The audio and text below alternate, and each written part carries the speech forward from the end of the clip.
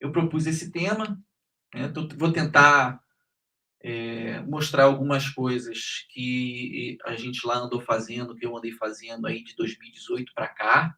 Tá? Vários, a primeira parte toda da apresentação vou mostrar alguns dados que não estão nem publicados, que estão aí num processo de construção, né? E é legal porque vocês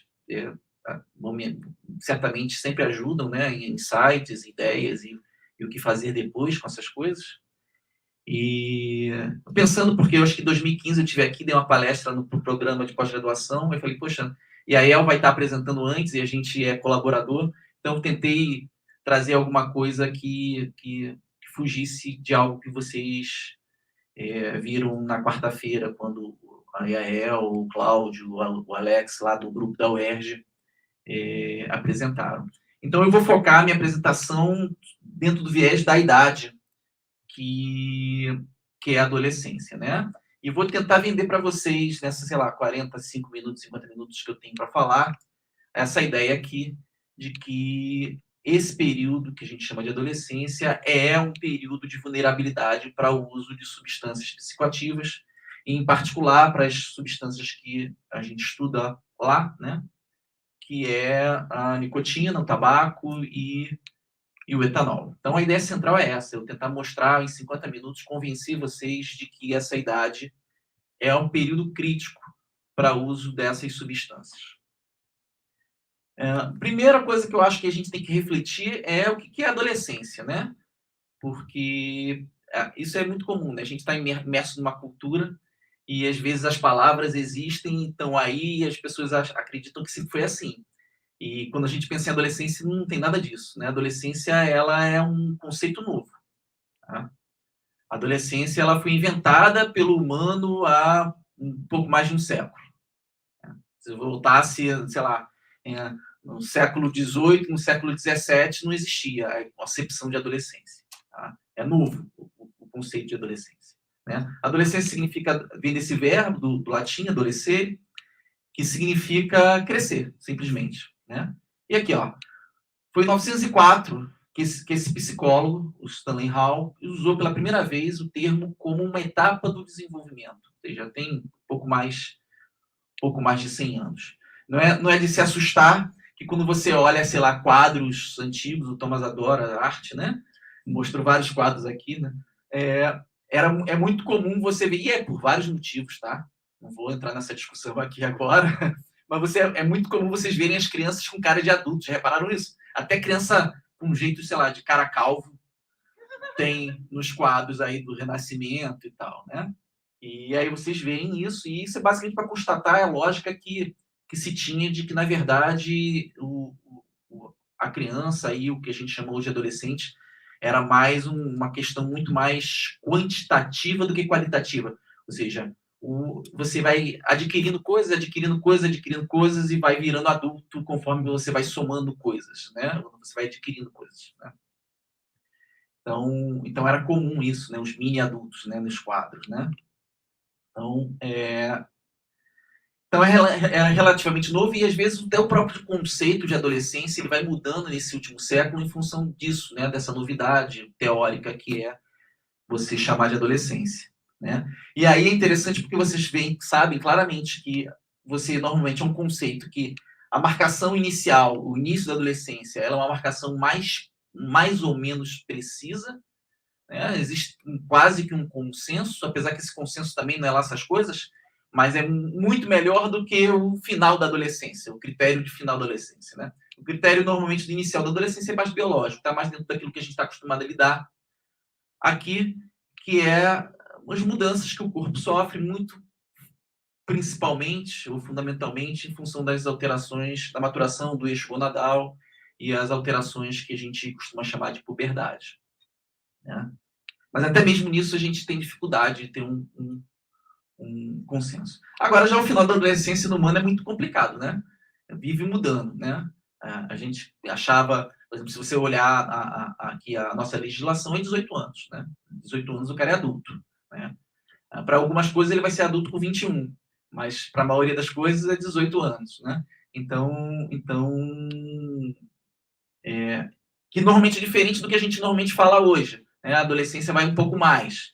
Aí vai ter gente que vai dizer que vai ter 25, vai ter gente que vai dizer que é 28, e vai ter gente que vai dizer que não, que só quando o indivíduo consegue sua inserção completa na sociedade, profissionalmente, economicamente, independente dos pais, aí ele deixa de ser adolescente, e aí pode ser nunca, né? Vai ser adolescente a vida inteira. Bem, então já repara que isso tem uma dificuldade, né? Por quê? Porque você não tem um marcador de final assim que seja muito bem estabelecido. Na verdade, as coisas vão mudando. A natureza não se comporta como a gente quer, que é caber em caixinhas, né? Então as coisas vão continuamente mudando e a gente enfia elas em umas caixinhas, né? E a gente meio que tenta estabelecer um limite e colocar a vida em boxes, em caixas. E nem sempre isso é tão possível, tão fácil de se fazer. Então é comum esse tipo de questão. Independente disso, esse período aqui é um período de intensas modificações e muito provavelmente essas intensas modificações que envolvem mudanças na estrutura e na funcionalidade do cérebro vão estar associados com a questão central do que eu vou querer falar para vocês aqui, que é a questão do transtorno do uso de substâncias, da experimentação das drogas e do transtorno do uso de substâncias. Né? Então, vou destacar algumas modificações que sabidamente acontecem durante esse período.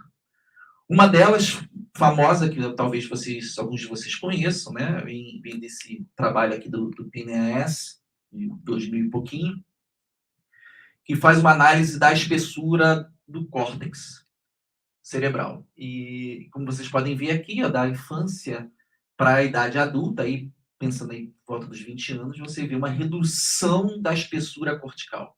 Tá? Então, o córtex fica menor ao longo da adolescência. Né?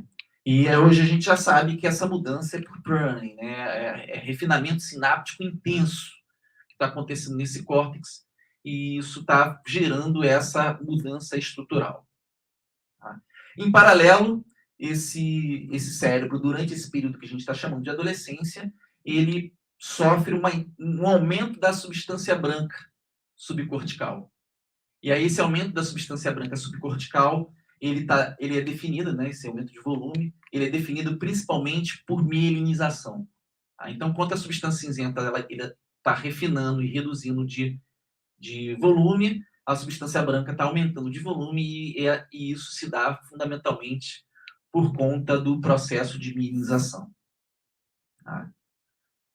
Uma área de interesse que também está se modificando muito durante esse período é a via mesocorticolímbica. A via mesocorticolímbica está num período de profundas transformações. Tá? Então, muitas coisas, eu não vou meter a detalhes, mas muitas coisas estão acontecendo nessa via, né, que já foi apresentada aqui inúmeras vezes, né, aquela via que começa lá na área tegmental ventral, se projeta para hipocampo, para núcleo accumbente, para córtex pré-frontal, entre outras regiões. Elas estão mudando em termos de conectividade, em termos de expressão de receptores, etc. Tá? E esse perfil leva a uma hiperatividade de via que está associada a uma avidez hedônica. Né? O adolescente tem um excesso de vontade de viver, vamos chamar assim. Né? Quer viver muito. Né? A gente vai ficando velho e a gente às vezes nem quer estar vivendo tanto, não. Vai vivendo devagar, tá bom. Mas na adolescência, essas mudanças, vamos dizer assim, se eu fosse falar psicologicamente, estaria associado com esse fato. E aí é interessante porque, na verdade, você acumula uma série de perfis, de condições que aumentam a probabilidade, que a gente acredita que aumenta a probabilidade do indivíduo correr riscos, eventualmente usar as substâncias em termos de experimentação, em termos de abuso, e talvez isso tenha alguma repercussão do ponto de vista do transtorno, né? Do uso das substâncias, da dependência em si. Tá? Então, é como se você estivesse em balanço, onde de um lado você tem ali uma avidez hedônica enorme, e do outro lado uma série de funções onde que está programado para ser de um modo diferente, como ter mais impulsividade, ter avaliar menos risco. Tá? Reparem que eu não estou querendo, de nenhuma forma, fazer um julgamento de valor. Não, muito longe disso. A adolescência é uma etapa da vida que se encerra em si, na minha opinião. Né? Eu acho que isso aqui é fundamental para que o adolescente tem que ser assim, até mesmo para garantir o sucesso da gente quanto espécie. Tá? E isso era, inclusive, muito importante, vamos dizer assim, no nosso ambiente ancestral. Né? Vamos imaginar, se a gente está falando com um adolescente, ele tem essas características aí, começa na puberdade, acaba com 25 anos, um ser humano vivia 40 anos, ou seja, ele vivia a vida dele de adulto toda, assim, entre aspas, né, era adolescente. Né? Ou seja, a gente agora que vive muito, e aí como vive muito, a adolescência passa a ser um percentual relativamente menor da nossa vida, mas numa dinâmica de até pouco mais de 100 anos atrás, a adolescência dominava, vamos dizer assim, a experiência social adulta de um indivíduo. Né? Lembrando que no Brasil, até a década de 20, a expectativa de vida do brasileiro era de 40 e poucos anos. Tá? Então, não estou fazendo um julgamento de valor, mas, de fato, isso aqui pode estar associado com isso. Né? Então, características como impulsividade, maior busca por novidade e, consequentemente, maior comportamento de risco, menor capacidade de avaliação desse risco, estados ansiosos diferentes, como o Thomas estava falando, a capacidade de lidar com os estressores, avidez por recompensa, todas essas características, idealmente, né, se a gente pensar nelas, a gente vai sugerir que elas são componentes relevantes para esses indivíduos se arriscarem, usarem as substâncias que a gente está chamando aqui de droga, né? A outra convenção problemática, que é você chamar uma substância de droga. Bem, e de fato né? De fato, assim, quando você olha para isso, você pensa assim, então, beleza. E aí, quando você vai para a epidemiologia, você percebe que sim, que é nessa idade que os indivíduos experimentam, é nessa idade, os dados epidemiológicos vão mostrar que esse indivíduo tem maior chance de abuso, é nessa idade que, quando o indivíduo faz abusos repetidos, ele se torna mais propenso a se tornar dependente, né? E a gente também já sabe, epidemiologicamente, que quando isso acontece, a chance desse indivíduo carregar como comorbidade transtornos de humor também é muito maior do que quando você compara com um indivíduo que começou a fazer uso dessas substâncias só muito mais tarde na vida. Né? E isso, em particular, né, essas questões em particular são mostradas para as drogas lícitas, mais comumente usadas no mundo, que é a nicotina, né, e o etanol, o etanol, o álcool que a gente bebe. Né? A nicotina a gente já sabe, né, a gente fala, hoje a gente voltei a falar em nicotina, há 10 anos atrás eu falava tabaco e a nicotina, hoje a gente já sabe que as pessoas fumam pendrive, e aí por fumar pendrive a gente acaba falando, o tabaco virou um apêndice da nicotina, né? Então, bem, e aí pensando nisso, uma coisa que eu sempre parei, assim, lendo a literatura, eu sempre fiquei em dúvida, que beleza, mas essas características todas aqui, quais delas são estabelecidas por um viés biológico que induz a esse fenômeno, ou se é simplesmente um jeito de como a sociedade se organiza. E aí você tem um aspecto cultural e é exatamente o padrão cultural que vai levar a esse perfil. Né? Então a gente fica falando lá das mudanças do cérebro, quando na verdade o drive para isso aqui acontecer pode ser um determinante bastante cultural. Né?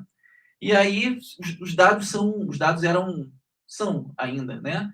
Bastante, como o próprio Thomas falou na palestra anterior, às vezes se contradizem, não tem nada muito condizente. Normalmente as pessoas avaliam um componente por vez, né? Qual é o papel da impulsividade, qual é o papel da busca por novidade, e ficam avaliando diferenças interindividuais, né? Como os indivíduos eles são diferentes, como essas diferenças entre os indivíduos podem levar a maior ou menor consumo, abuso de substâncias. E aí, por conta disso, eu resolvi, isso foi em 2018, se eu não me engano, a fazer um modelo pré-clínico, porque um modelo pré-clínico você está supostamente tirando a cultura a cultura da equação, né? E você está focando no que tem desses comportamentos, o que tem uma base biológica que pode ser determinante para o uso das substâncias, né? Então, e aí, nesse sentido, os camundongos estão aí para nos ajudar nesse sentido, né? E aí me perguntei se será que existe um padrão ou não e resolvi fazer. Eu não vou contar para vocês que isso foi quase que uma tortura para o aluno de doutorado que fez os comportamentos, né? Um projeto muito grande. Bem, ele perdeu os tecidos do doutorado dele, e aí eu tive que começar um novo projeto. Então, isso é a origem desse novo projeto. E aí eu pensei em uma pergunta exploratória, assim, do tipo, vamos ver o que vai dar, vamos ver qual vai ser o desfecho disso, o que eu vou conseguir de dado robusto, porque isso vai me ajudar, aqueles dramas que todo pesquisador, né, tem, né, de tipo, para onde eu vou, para onde eu me levo nesse caminho das possibilidades, da ciência de baixo orçamento, que a gente não tem dinheiro, aquela coisa toda. Exatamente. O que eu posso, vamos ver o que ele vai me indicar, o que eu posso, para onde ele vai me apontar e para onde eu posso seguir com essa história toda. Tá? E aí a gente fez uma bateria, a gente pegou os animais, eu vou mostrar, de duas cepas diferentes, cepa suíça e cepa C57BL6. Uma a cepa C57BL6 é uma cepa isogênica, né? O suíço não. E aí eu fiz uma bateria em duas idades, no início do que a gente chama de início da adolescência no camundongo e na idade adulta, né? O início da adolescência do camundongo a gente normalmente considera aí por volta de PN30. Esse aqui é o Anderson adolescente, com seus 17 anos. Aqui não chega a ser... Tá entrando na faculdade nessa época. Bem, em 30º dia pós-natal, mais ou menos, né? O animal vai começar a entrar em puberdade por volta desses 10 dias seguintes, né? E aqui o humano por volta de 12, isso não tem consenso, mas a gente costuma dizer que entre 30 e 55 as pessoas vão aceitar você chamar esse camundongo de camundongo adolescente, né? O adulto a gente utilizou bem aqui na frente, 120 dias. É um adulto mesmo, adultão, assim, já está começando, daqui a pouco está começando a dar sinais de velhice. Então a gente fez essa bateria de testes comportamentais para avaliar busca por novidade, né, que é essa caixa que a gente chama esse teste que a gente chama de rollerboard, que é uma caixa com furos, e você analisa quantas vezes o animal enfia a cabeça no furo, né, então mede curiosidade, né, bem vulgarmente falando, né. Um teste eu levei para os meses, que todo mundo conhece, labirinto em cruz elevado, para ansiedade, um teste de sociabilidade, que é o teste das 3 câmaras, que você investiga quanto tempo ele fica com um animal estranho, né, comparado a um lado que não tem animal, o teste do Porsot para ver resposta ao estresse, o teste de preferência por sacarose para avaliar um pouco daquela avidez por recompensas naturais. A gente fez essa série de comportamentos e depois, né, a gente iniciou um teste de escolha pela substância, um multiple choice, tanto para nicotina quanto para etanol. Eu vou mostrar muito rapidamente os dados, assim, bem passando, mas só para tentar focar algumas coisas interessantes, né? Aqui no teste do rollerboard é interessante porque os adolescentes são muito mais curiosos que os adultos, independente da cepa. Tá? Os suíços são até mais curiosos do que o C57BL6, mas a gente vai encontrar algumas diferenças de cepa. Então, a cepa tem aí sua relevância, né? É sempre aquela questão, né, de você... O ideal seria que você pudesse trabalhar com várias cepas, a fim de ter aquela robustez que a gente precisa para ter confiança nos nossos dados, né? Mas você vê que o adolescente é mais curioso do que o adulto. No Elevate Plus Maze, a gente tem efeito de cepa também, e vocês veem que os adolescentes eles são muito mais destemidos do que os adultos, independente da cepa, né? Tanto para tempo de entrada nos braços abertos, como para percentual de entrada em braços abertos. Normalmente as medidas são correlatas, mas mostra isso, né? Que os adolescentes eles são mais destemidos, eles vão mais aos braços abertos do que do que os adultos. Todas as características que a gente poderia dizer do humano, né? Que tradicionalmente a gente poderia falar do humano, ou seja, você tem algum translado aí que você pode imaginar que você está falando um comportamento de diferença de idade num camundongo, que seria muito mesmo do esperado quando você falasse de um humano. Né? Aqui interessante, porque eu achei que fosse ter e não tem, para percentual de consumo de sacarose, que é essa medida de recompensa por recompensa natural, no caso aqui uma solução adocicada, né? E aí tem algum efeito aqui de sexo só na cepa suíça, mas de um modo geral eu esperava até que a barrinha branca dos adolescentes estivesse alta em relação à barra escura, e não está, né? Não tem, aparentemente a gente não encontrou diferenças, né? Aqui para sociabilidade foi outra coisa também que me chamou a atenção, porque eu também esperava que os adolescentes fossem altamente sociais nos camundongos, e na verdade é pequena a diferença em termos de magnitude, é significativo, mas a magnitude é pequena. Na verdade, os adultos, eles são mais sociáveis do que os adolescentes. Os adolescentes têm alguma coisa aí de fobia social, eles provavelmente levam mais tempo para poder interagir com um animal estranho novo, né, que não seja o irmão dele.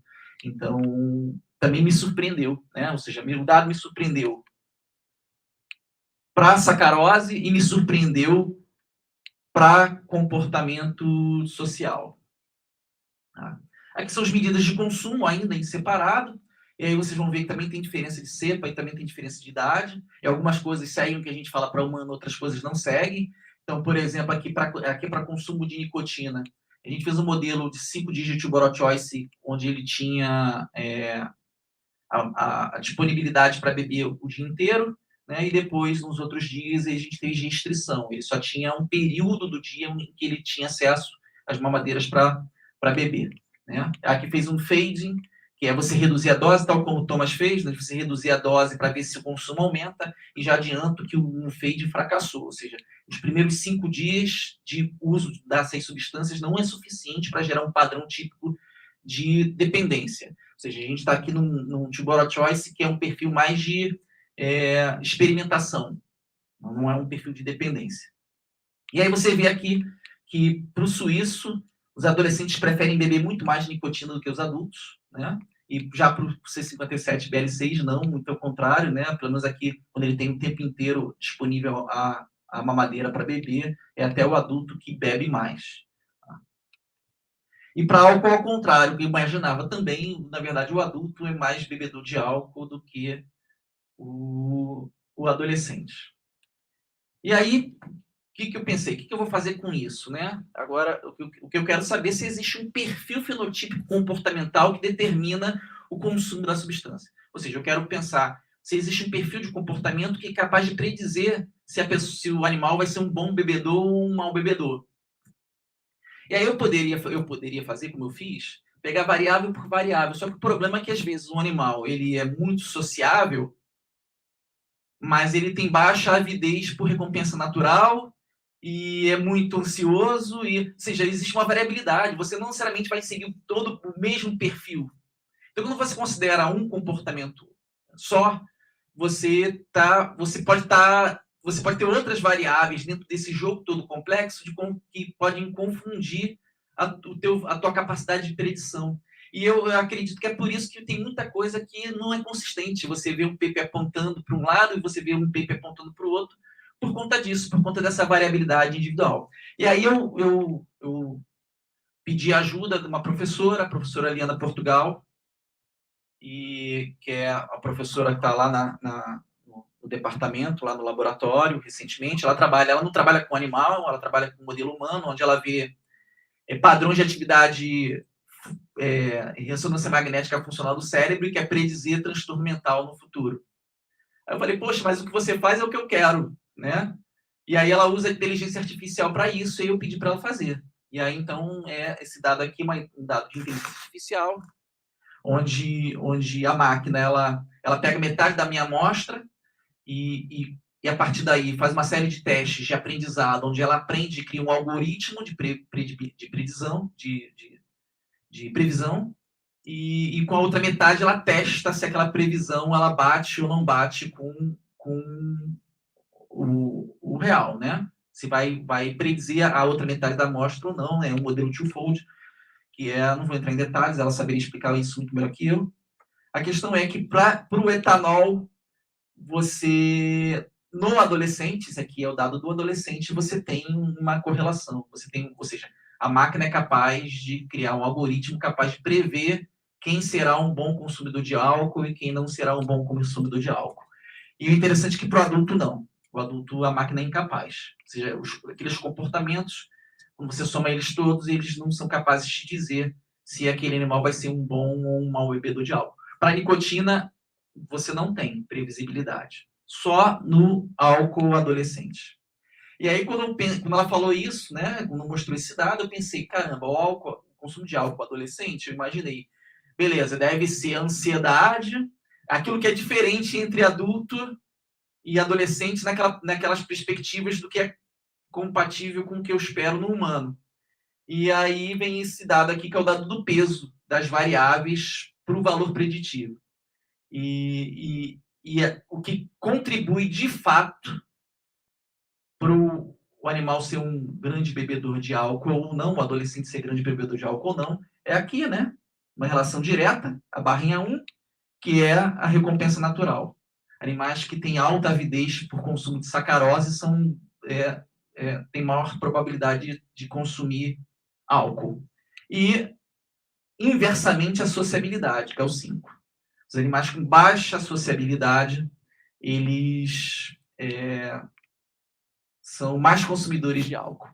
Né? Apesar de... eram as apostas que eu não fazia. As outras coisas contribuem menos, né? Como, por exemplo, aqui a busca por novidade, que é uma coisa que a gente acha sempre que é relevante, a atividade locomotora, a ansiedade. Aqui o tempo de escalada no teste do nado forçado não importa, não gera nada, não muda nada, né? mas gera esse perfil onde esses dois componentes eles são extremamente importantes. Né? Aqui até contradizendo um pouco que, né, a ansiedade aqui não está como um papel relevante. Né? O que já vou antecipar, mas o que eu diria, não, está aqui no próximo slide, o que eu diria para isso? Lembrando que aqui os animais são animais naivos, são animais que estavam lá, né? Então, não sofreram nada. Né? Então, por uma condição normal, né, a ansiedade pode ser que não seja relevante. Né? Mas em situações onde se instaura um problema, aí eventualmente um fenômeno que não está na balança, ele passa a entrar na balança. Né? Então, tem dezenas de exemplos disso.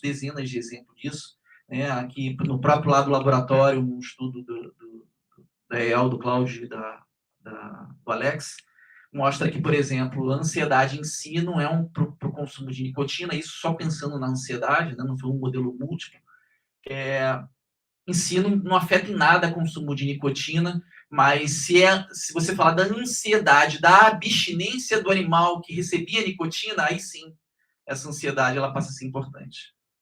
Ou seja, o estado basal pode não ser, mas numa condição de modelo para TAG, pode ser que aí sim, numa condição de modelo para TAG, o estado, a condição de ansiedade seja verdadeira. Isso serve para outras coisas, né, que a gente pode especular, o uso de drogas durante o desenvolvimento, modelo para depressão, uma série de outras condições que a gente sabe que tem evidências que mostram que em situações anômalas, situações específicas, algum componente do comportamento pode ser relevante para tornar aquele indivíduo mais suscetível ao uso das substâncias. Mas o que a gente encontrou para o álcool foi sociabilidade e foi recompensa natural, e aí eu fiquei pensando naquela coisa de pensar para onde eu vou, né, o que eu posso fazer, e aí foi as primeiras, quase que brainstorm, naquela coisa, primeira coisa que aparece na cabeça, e aí eu pensei, por recompensa natural, seria legal olhar sistema orexinérgico,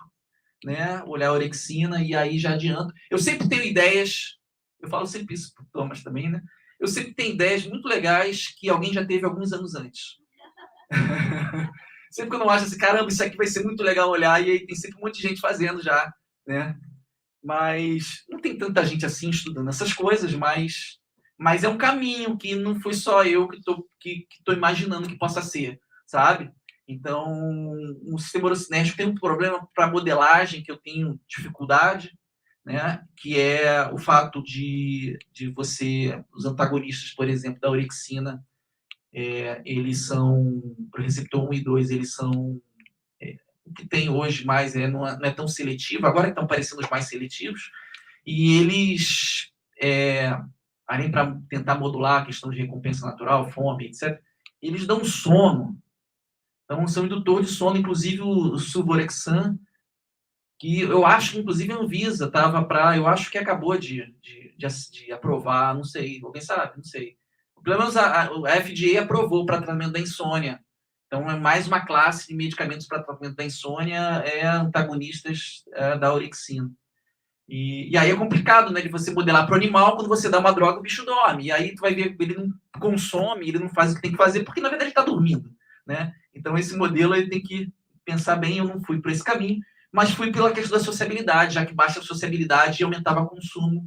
E aí eu pensei no sistema ocitocinético, e aí fiz uma série de experimentos, que foi experimentos pandêmicos, né? Alguns ainda estão acontecendo, para avaliar se a administração de ocitocina é capaz de mudar o consumo dessas substâncias, do álcool e da nicotina, né? E a gente fez isso recentemente, todos esses dados estão ainda para serem geridos, né? Mas vou mostrar aqui algumas coisas. Então, aqui no Tubora Choice, que para o álcool, a administração intranasal de ocitocina é um meio bastante eficaz de você jogar a ocitocina lá para o cérebro, tá? Então, você tem redução do consumo de álcool. Tá? Essa redução do consumo de álcool, ela se dá principalmente em animais que eram previamente expostos ao álcool. Nos animais que estão começando a usar o álcool, isso parece não ser tão relevante, mas para os animais que foram expostos uma semana antes de fazer o Tubora Choice ao álcool, a ocitocina reduz o consumo. Né? Esse consumo se dá depois, mais ou menos, da quarta para a quinta sessão. Né? No início parece não ter efeito, mas conforme você vai dando ocitocina para o animal, você vai diminuindo o consumo de etanol. Isso aqui também acontece para a nicotina. Tá? Acontece para a nicotina, aqui em animais adolescentes. Você vê que, na média dos 5 dias de teste de escolha, né, de Tubora Choice, você tem redução do consumo de nicotina. E é interessante porque esses efeitos a gente não vê no adulto. Né? O adulto, se dá ocitocina ou não dá ocitocina, não faz diferença. Né? Enquanto que para o adolescente é uma redução até relativamente substancial. Para a nicotina, a gente chegou a fazer foi ontem, entre aspas, quase que ontem, o último experimento feito, né, para eu construir esses gráficos. Foi semana passada, na verdade, que eu estava olhando isso, e isso aqui que a gente tem que olhar, né? Então, aqui é o grupo nicotina, não sei se vocês conhecem, esse aqui é o teste de condicionamento por lugar, né? Você avalia a preferência basal que o animal tem pelos lados, no pré-teste, e depois você passa a condicionar o animal à droga num determinado lado. Né? E o que você quer ver é o aumento do tempo que o animal vai ficar naquele lado em que você pareou com a droga. Né? Então, um teste que envolve recompensa da droga e condicionamento pavloviano, condicionamento clássico. Né? Então, a ideia é você ver esse aumento, né? Que você vê aqui no adolescente com o uso da nicotina por si só. A nicotina gera condicionamento. O condicionamento de nicotina não é lá essas maravilhas. Tá? Se você colocar cocaína, heroína, drogas com poder de recompensa muito forte, 2, 3 dias, 4 dias de condicionamento, você já vê uma curva assim. Tá? A nicotina você precisa de muito mais tempo para fazer esse condicionamento, porque o valor de recompensa é mais baixo. Tá? E a dose também, né? Entre a dose que você vai gerar recompensa e a dose que você vai começar a ter aversão é muito pouco, né? Então é um modelo até meio difícil às vezes de reproduzir. Tá? Mas o adolescente, nessa dose que a gente usou, né? 0,5 miligramas por quilo, ele condiciona. Quando você dá a ocitocina antes do condicionamento, você vê que você mitiga esse condicionamento. Né? Você tem essa diferença entre o animal que recebeu a ocitocina antes. Então, a ocitocina não só reduz consumo, como também reduz o condicionamento por lugar, né, em adolescentes. Em adultos, a gente não vê. Adulto, na verdade, se você olhar aqui, são machos e fêmeas. Eu esqueci de colocar aqui, mas aqui desse lado é macho, desse lado é fêmea. Você vê que não foi capaz de condicionar, mas de uma forma interessante, vai ter que aumentar a amostra, mas parece ter uma tendência no animal macho que recebeu a ocitocina junto de ter o condicionamento facilitado, né? Que é o contrário do que a gente poderia imaginar. Ou seja, pode ser que em determinadas condições a ocitocina ela tenha um valor de recompensa, né? E em especial para animais adultos, que não acontece, acontece o oposto nos adolescentes. Tá? Então eu falei disso aqui, né? Susceptibilidade ao uso problemático e adolescência. Uma outra forma de você olhar o problema é você pensar na adolescência e ver suscetibilidade aos efeitos. Ou seja, uma vez que o cara use, ele pode ter uma série de problemas em função do uso dessas substâncias. Eu não sei quanto tempo eu tenho.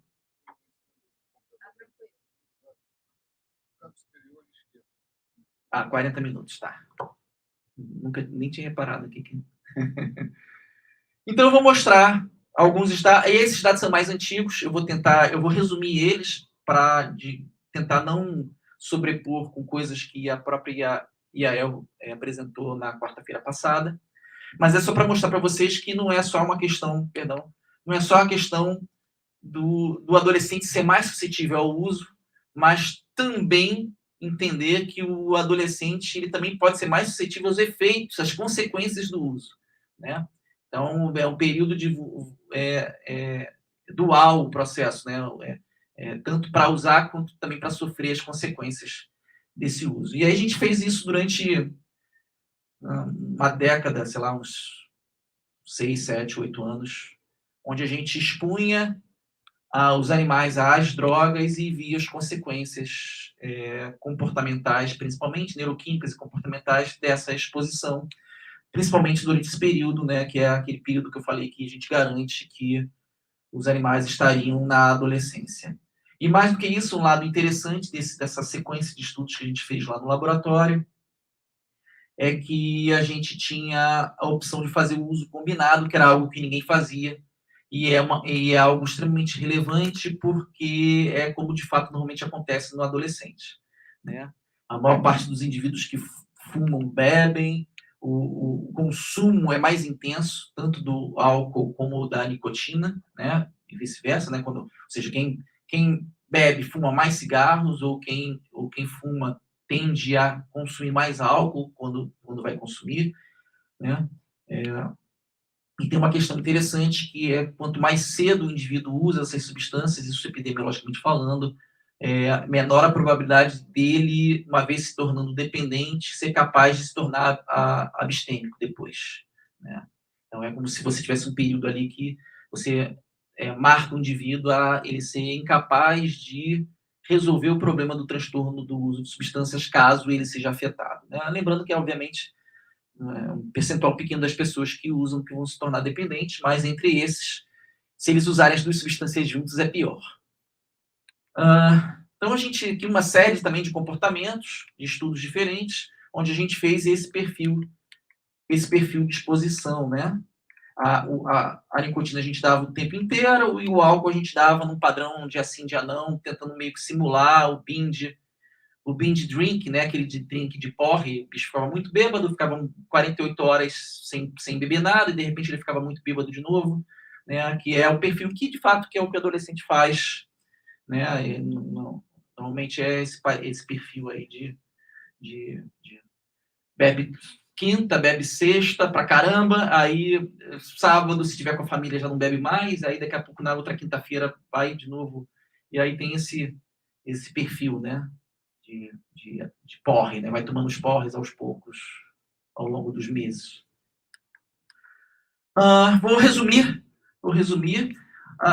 Você tem interação, ou seja, você tem tanto efeitos mais que aditivos e menos que aditivos, quando você administra as duas drogas juntas. Algumas coisas parecem muito mais dependendo do sexo, e aí, de um modo geral, as fêmeas mais suscetíveis aos efeitos que os machos.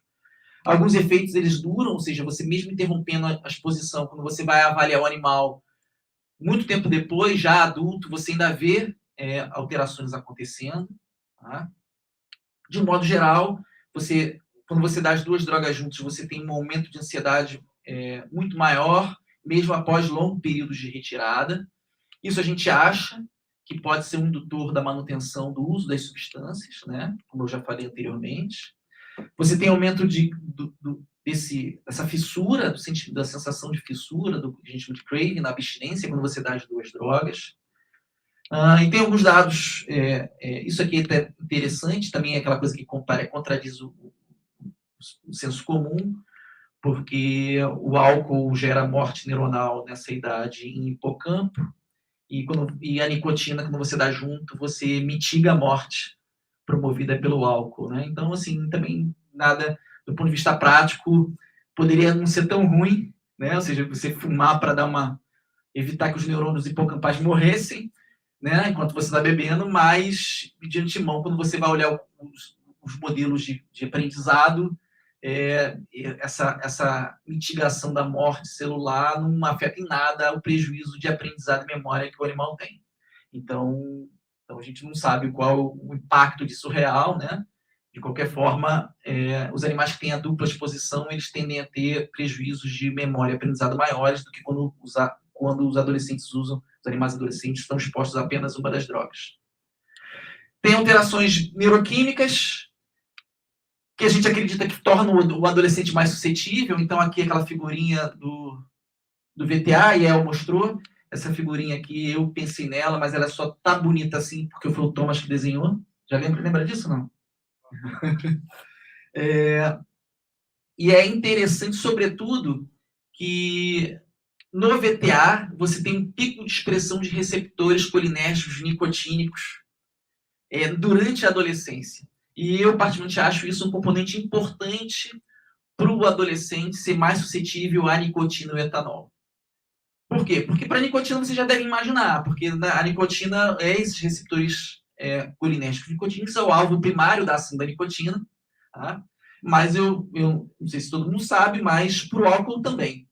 Então, se você usar, sei lá, mecamelamina, usar um bloqueador colinérgico ali, e der o álcool, você bloqueia os efeitos de liberação de dopamina no núcleo accumbente. E bloqueia os efeitos locomotores, porque você também, quando você dá o álcool em determinadas doses, o animal faz hiperlocomoção. Se você bloquear o sistema colinérgico ali, ele não faz essa hiperlocomoção, né? Então, tem uma base com o álcool, que é uma droga extremamente suja, como foi dito aqui inúmeras vezes. Em relação à nicotina, ela tem essa base comum, esse denominador comum, que é o receptor colinérgico nicotínico. E foi interessante, porque uma das coisas que... Eu vou pular isso aqui, porque eu sei que falta pouco tempo. Uma das coisas interessantes que eu vi, até foi do meu doutorado esse dado, é que grande parte da base conhecida da dependência da nicotina está associada a um desbalanço da regulação desse neurônio dopaminérgico do VTA. Isso dá, sobretudo, por conta da suprarregulação desses receptores colinérgicos nicotínicos. Porque existem um desbalanço, vamos dizer assim, dos tipos de subunidades entre as aferências excitatórias e as aferências inibitórias desse neurônio dopaminérgico. De tal forma que você tem uma expressão grande de receptor alfa-7 nas aferências glutamatérgicas. E de alfa-4, beta-2, alfa-6, receptores que contêm alfa-6, nos interneurônios aqui gabaérgicos. Por que isso é interessante? Porque o alfa-4, beta-2, os receptores que contêm essa subunidade, eles fazem a suprarregulação de uma maneira muito intensa, enquanto que do alfa-7 não. E isso gera um desbalanço, né? E aí, quando você vai... inclusive, o adolescente faz essa suprarregulação de forma mais intensa que o adulto. Não é só mais intensa do ponto de vista de aumento da expressão, mais intensa no sentido de duração do efeito. Mesmo depois que você retira a nicotina, o tempo que esse VTA, essas regiões do cérebro vão ficar suprarreguladas é maior do que de um indivíduo adulto. Tá? E aí, lá quando você pensa nessa interação álcool com a nicotina, quando você dá as duas drogas, essa suprarregulação ainda é maior ainda. Né? Então, eu acredito que isso é um dos mecanismos principais que está por detrás de você ter essa problemática do uso associado para o adolescente entre essas duas substâncias. Bem, 50 minutos e mais uns 10 minutos. Tá. Tem outros efeitos, eu vou só falando, passando, né? Sistema colinérgico, você tem as duas drogas ao mesmo tempo, reduzem conectividade e atividade colinérgica, mesmo depois de 30 dias após a exposição, coisa que não acontece quando você usa as drogas separadamente. Então, você tem esse efeito sinérgico, que é muito comum. Né?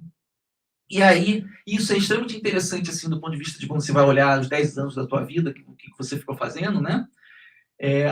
Eu lembro disso do meu doutorado, a crítica sempre era: pô, mas o cara fuma uma cacetada de substância. E aí tu tá fazendo uma teoria toda aqui, via mesocorticolímpica, teoria do comportamento, teoria daquilo, pô, uma substância que na verdade não é ela, né? Na verdade, quando o cara fuma um monte de coisa. Aí isso lá, no final dos anos 2000, a gente falou, pô, a gente precisa trabalhar não com a nicotina, e sim com a fumaça inteira. Aí a gente foi e comprou, eu não lembro quanto foi essa máquina, mas eu sei que tem umas tabajaras que o pessoal lá na UERJ usa, né? Deve ter sido cara, deve ser cara. Naquela época tava mais barato as coisas. Eu tô falando, sei lá, 2008, 2009, 2010, as coisas estavam bem mais baratas, o dólar estava lá embaixo. E aí a gente conseguia comprar as coisas, não precisava ficar você mesmo fumando, né, e colocando pro bicho. A gente tinha essa máquina que ela fumava pra gente, né? É uma máquina de queima de cigarro, né? Ela pode queimar tanto da ponta, né? Eu acho que o Alex mostrou esse modelo, queima tanto da ponta, que é o side stream, ou suga através do filtro, que é o mainstream, e mistura, e você consegue administrar uma quantidade que você consegue programar e expor o animal de um modo geral, né? A todos os componentes da fumaça do cigarro, ou tentando modular aí para um fumante ativo, né? Eu estou falando isso que é interessante por quê? Porque, sei lá, alguns anos depois a crítica era, pô, mas a fumaça tem 50 mil substâncias, pô. Porque vai chegar a conclusão nenhuma com 50 mil substâncias, você tinha que escolher uma substância. É exatamente assim, né? Os mundos vão. E aí hoje a gente sai pela tangente, fala assim, não, é nicotina, porque o cigarro é eletrônico, e aí tenta fugir, né? Pelo menos você limita a quantidade de substâncias que você tem no cigarro eletrônico, ele é muito menor do que a que você vai encontrar no tabaco convencional. Então, nesse sentido, a coisa facilitou, né? E várias dessas substâncias, elas mexem com a via mesocorticolímpica, então faz todo sentido mesmo você pensar que no cigarro você é mais do que a nicotina, e tanto é mais do que a nicotina, porque a gente, de um modo geral, vou resumir, a gente viu efeitos até mais consistentes, de maior magnitude, quando você usa a fumaça do cigarro, quando você pensa em comportamento associado à ansiedade ou à depressão. Em relação à suprarregulação dos receptores, a gente viu suprarregulação mesmo em cigarros com baixíssima nicotina. Tá? Você tem suprarregulação, muito provavelmente por conta dos outros componentes, como a acetaldeído, que está presente na combustão do tabaco, como alguns agonistas colinérgicos, que também estão presentes lá na planta, inibidores de mal, né, que acabam também influenciando nessa dinâmica. Né? Tá? Então, de um modo geral, os efeitos até foram mais intensos, mas a gente quase que abandonou, né, algumas pessoas, né, Fernanda? Ainda continuam lá nessa máquina que eu costumo dizer que é semiautomática. Ela é feita para ser automática, mas o cigarro emperra, o negócio não acende. Então, um aluno tem que ficar 8 horas por dia do lado dela, ali, quase que do lado dela, olhando para saber se está bonitinho, se está funcionando bem, para manter o modelo viável. Mas pelo menos, você não está fumando e baforando no bicho, né? Então, Então isso é relevante, né? Eu acho que pode ser um caminho, é um caminho que eu não estou seguindo, eu acho que é um caminho que a EL está mais seguindo agora, que é você pensar em outros componentes do cigarro, não é uma coisa que, pelo menos no primeiro momento, me atraiu muito, mas é só para levantar essa questão de que é importante, né? É importante. E aqui a gente nem está falando aqueles adicionais de sabor, né? Que dependendo do adicional tem até efeito, não é só gustativo, não, é efeitos cerebrais, né? Tipo o mentol, né? Que mexe em receptor cerebral, né? Então a coisa é sempre muito mais complicada, né? E obviamente toda essa dinâmica ela passa. E aí, para fechar, juro que estou fechando, vou só tentar resgatar uma questão mais social. Toda essa dinâmica ela passa. A gente está fazendo isso aqui à toa, né? Não é só por curiosidade, a gente quer aprender e a gente acha que aprender é uma forma de a gente lidar melhor com os problemas da sociedade. Né? É para isso que a gente está aqui. Né? Independente dos pormenores, dos mecanismos moleculares, da expressão gênica, etc, etc, etc, a gente tem que ser capaz de extrair daí algo que sirva para a sociedade. Né? Eu acho que é esse esforço que às vezes a gente tem que ter e que durante um bom tempo o cientista brasileiro não teve, na minha opinião. A gente entrava no laboratório de manhã cedo, saía do laboratório às vezes de madrugada e faltava esse pensamento crítico, né? E aí, obviamente, por isso que a gente não tem uma bancada da ciência, a gente tem bancada de tudo, da bala, disso, daquilo, mas a gente não tem pessoas, de um modo geral, assim, centradas na questão da ciência, da divulgação científica, muito em função de a gente ter tirado o time de campo desse aspecto. E aí, de novo, parabéns, Regina, o Prinex, eu acho que é isso, né? Esse é um motivo maior da existência do Prinex. Então, é louvável que isso esteja acontecendo. Eu queria que vocês sempre tivessem isso em mente, toda vez que eu fosse no laboratório, seja para injetar uma droga ou descobrir se o P deu menor do que 0,5 ou não, lembrar que, na verdade, o trabalho vai para além disso, né? Tá? Isso aqui é uma figurinha do Dahmer, mas nem é isso que eu queria deixar com vocês como mensagem final, esse Twitter que eu resgatei do Dahmer de 2018, não foi à toa, se vocês olharem a data, que diz que aos que estão cansados de lutar pela democracia, um aviso: a luta de direitos e liberdades é permanente, nunca termina. Nossos netos provavelmente estarão lutando por esses mesmos princípios que hoje a gente tenta brigar aqui, né? Então a gente tem que acender nossos corações e continuar na luta. Obrigado, gente. Uma fotinha do meu campus. Eu faço uma parte da minha pesquisa na UERJ Maracanã, no IBRAG, né, no Instituto de Biologia, mas eu sou lotado, na verdade, em São Gonçalo, no campus de Faculdade de Formação de Professores, como foi dito no início, e é um campus muito bonito, não sei se alguém conhece, e tem um belo pôr do sol, então não vou deixar de fazer aqui a propaganda. Obrigado.